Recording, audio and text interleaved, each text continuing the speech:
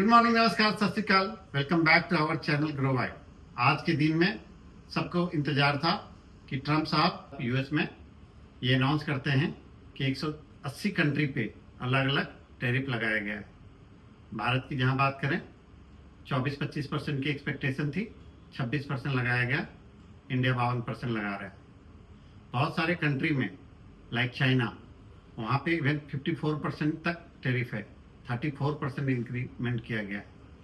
Bangladesh, Sri Lanka, China, Vietnam, कोई भी country को नहीं छोड़ा गया।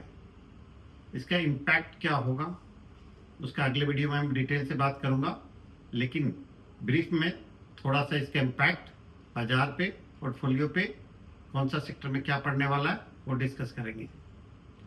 भारत में ज़्यादा इम्पैक्ट नहीं होगा। उसका मुख्य वजह यही है कि हम लोग एक्सपोर्ट ओरिएंटेड कंट्री नहीं हैं। मात्र 2% एक्सपोर्ट है हमारा। हम लोग ज़्यादा इंपोर्ट करते हैं, इंपोर्ट ओरिएंटेड है। ये उन कंट्री में इम्पैक्ट ज़्यादा होगा लाइक चाइना, जो एक्सपोर्ट ओरिएंटेड कंट्री है। अब रही बात कौन कौन सा सेगमेंट में ज़्यादा हमें इम्पैक्ट पड़ेगा, like aluminium, steel, auto sector में, जहाँ स्ट्रेट फॉरवर्ड 25% का टैरिफ लगाया गया है। बहुत सारी कंपनी हैं जिनका सेल्स रिड्यूस हो जाएगा। वहाँ अगर 25% टैरिफ लगा दिया गया, इसका मतलब इंडियन गुड्स वहाँ पे महंगा हो जाएगा। अब महंगा हो जाएगा तो अदर भी कंट्री में लगाया गया है, लेकिन इससे क्या लॉन्ग टर्म पे इम्पैक्ट पड़ने वाला है? क्या टैरिफ आज पहली बार लगाया गया? क्या टैरिफ लगाने के बाद चाइना की इकोनॉमी डाउन हो गई? 2018 में भी लगाया गया था टैरिफ। टैरिफ वार आज नया नहीं है। टैरिफ वार, जैसे मैंने पिछली बार बताया था कि ये दोधारी तलवार है। इंडिया को इम्पैक्ट करेगा, दूसरे कंट्री को करेगा, लेकिन साथ में यूएस में भी इम्पैक्ट जोरदार होगा। वहाँ पे इन्फ्लेशन बढ़ेगी और साथ में इकोनॉमी स्लो डाउन हो जाएगा। दूसरे ग्लोबल इकोनॉमी ऐसे भी आज की टाइम में रिसेशन की ओर जा रहा है, जूझ रहे हैं ग्रोथ के लिए। इस हालत में कोरोना के बाद संभलने का मौका मिला था, लेकिन अगर ये टैरिफ वार कंटिन्यूसली जारी रहा, बीच का रास्ता नहीं निकाला गया, तो जरूर इकोनॉमिक स्लो डाउन हो जाएगी। क्या इसका इम्पैक्ट इंडिया में बहुत ज़्यादा पड़ने वाला है? तो मेरा आंसर होगा नहीं। इंडिया अभी भी, इंडिया का जीडीपी 6.5% से ऊपर का दिखा रहे हैं। हम लोग एक्सपोर्ट ओरिएंटेड कंट्री नहीं हैं। हम लोग का इन्फ्लेशन कंट्रोल में है। हम लोग अभी, हमारी सरकार आरबीआई रेट कट की सिचुएशन में है, लिक्विडिटी अच्छी है, हम लोग का फॉरेन रिजर्व अच्छा है, करंट अकाउंट डेफिसिट कंट्रोल में है।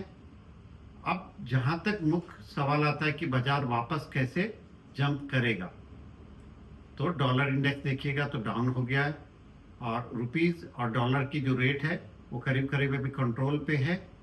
तो एफआईज की जो सेलिंग हुई थी पिछले 6 महीनों में, वो पिछले वीक में बाइंग शुरू हुआ था।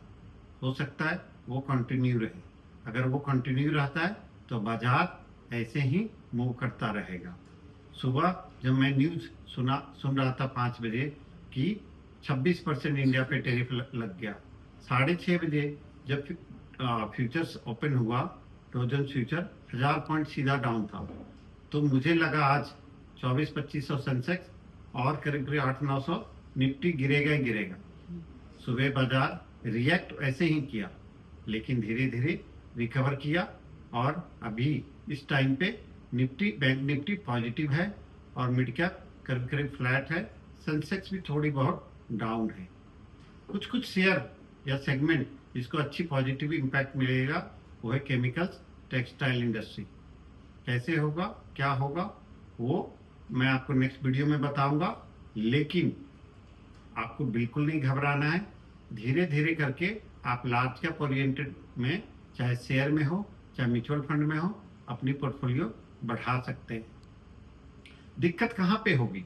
दिक्कत होगी जिनकी ऑलरेडी जो शेयर ओवर वैल्यूड अभी भी हैं, चाहे मिड कैप हो, स्मॉल कैप हो या लार्ज कैप हो। लार्ज कैप में मोस्टली नहीं है ओवर वैल्यूड, लेकिन कुछ कुछ सेगमेंट में जहाँ ओवर वैल्यूड है, वहाँ पे क्या होगा कि वो डेफिनेटली करेक्ट होगा।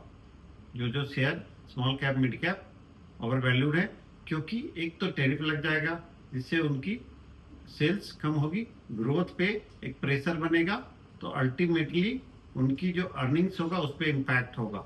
अगर अर्निंग्स पे इम्पैक्ट होगा तो वो शेयर डेफिनेटली गिरेगा।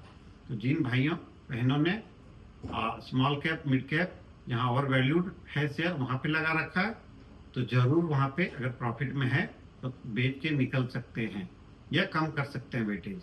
अगली वीडियो में मैं ज़रूर बताऊंगा, डिटेल में चर्चा करेंगे कौन कौन सा सेक्टर में कैसे कैसे इम्पैक्ट होगा टैरिफ का, कहाँ हमें बेनिफिट होगा, हम कैसे ज़्यादा वहाँ ओवरवेट कर सकते हैं।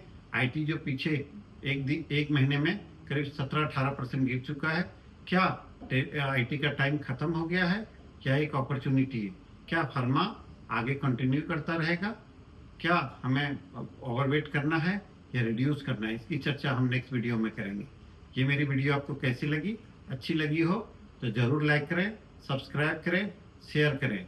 Mutual fund are subject to market risk, please read the offer document carefully before investment.